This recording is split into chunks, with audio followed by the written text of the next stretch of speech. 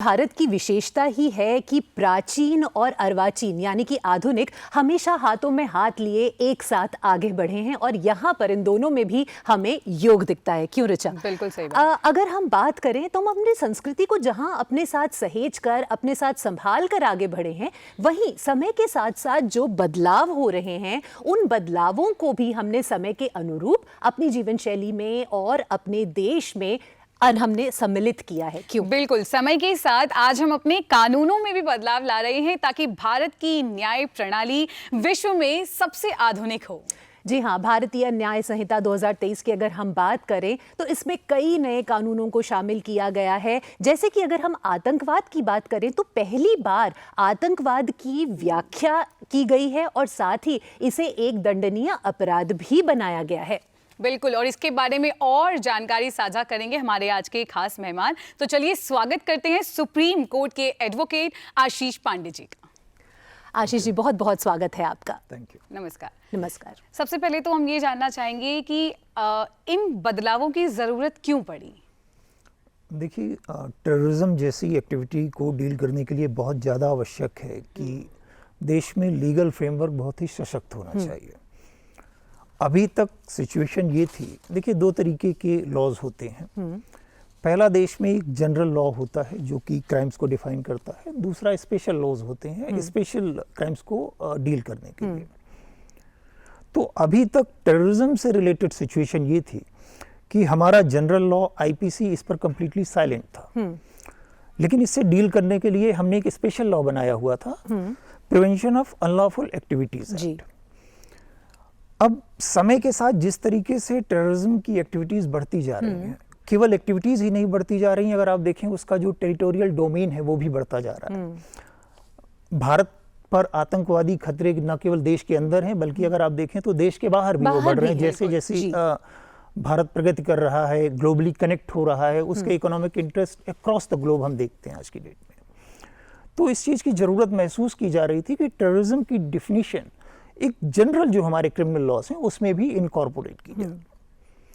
अब इसको देखते हुए इस डेफिनेशन को कहीं ना कहीं unlawful prevention, unlawful activities prevention act से इनकॉर्पोरेट किया गया हमारी भारतीय न्याय संहिता में, और इस सेक्शन को जोड़ा गया 113 जो कि टेररिज्म को डिफाइन करता है।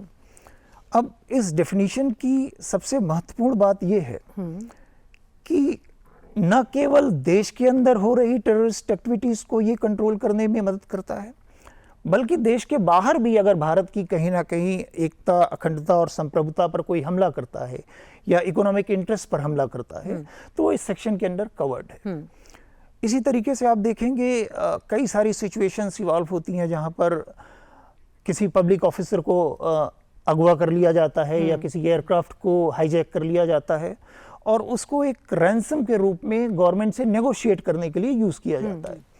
तो इस तरीके की सारी एक्टिविटीज को इस नई डेफिनेशन में इंक्लूड किया गया है। तो ये मैं मानता हूं कि ये एक स्वागत योग्य कदम है और इससे हमारी जो लॉ एनफोर्समेंट एजेंसीज हैं उनको इस टेररिज्म की समस्या से लड़ने में काफी मदद मिलेगी आने वाले दिनों में। तो इसमें दंड भी बताए गए हैं कि क्या दंड होंगे आतंकवाद के, अगर किस तरह का उसका पैमाना है उसके हिसाब से दंड बताए गए। व्याख्या तो की ही गई है लेकिन दंडनीय अपराध की श्रेणी में डालकर दंडों की भी व्याख्या है इसमें। जी देखिए, अगर किसी टेररिस्ट एक्टिविटी से किसी की मृत्यु हो जाती है तो उसमें डेथ का प्रोविजन है, पर यदि मृत्यु नहीं होती है, मृत्यु से नीचे का कोई इंसिडेंस होता है तो मिनिमम पनिशमेंट प्रिस्क्राइब किया गया है 5 इयर्स। 5 years plus fine. तो डिफरेंट कैटेगरीज ऑफ ऑफेंसेस हैं, लेकिन अगर डेथ नहीं होती है तो कम से कम 5 साल और उसके बाद लाइफ इम्प्रिजनमेंट तक वो पनिशमेंट एक्सटेंड किया जाता है up to that is up to the description of the courts. जी।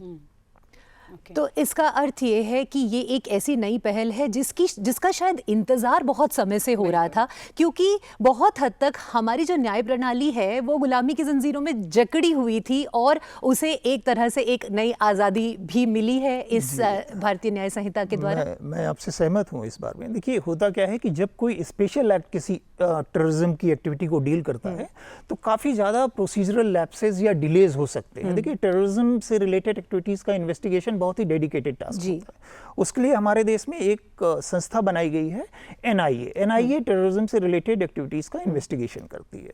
लेकिन जो शुरुआती समय होता है वो बहुत ही क्रूशियल होता है। वो स्टेट पुलिस से सेंट्रल गवर्नमेंट तक आते आते बहुत सारी चीज़ें छूट जाती हैं। अभी वर्तमान अगर आप प्रोसेस को देखें तो हम ऐसी उम्मीद करते हैं कि इस नई डेफिनेशन जो कि बीएनएस में इंक्लूड हुई है, तो स्टेट पुलिस भी इनिशियल डेज में कम से कम कुछ ऐसी चीज़ों को मौकाए वारदात से कलेक्ट करने में सक्षम होगी और बाद में केस को एनआईए को ट्रांसफर किया जा सके। बहुत बहुत धन्यवाद आपका आशीष जी कि आप हमारे साथ जुड़े और आपने इतने सहज शब्दों में ये हमें समझाया, हमारे दर्शकों को समझाया। बहुत बहुत धन्यवाद आपका। Thank you so much. शुक्रिया।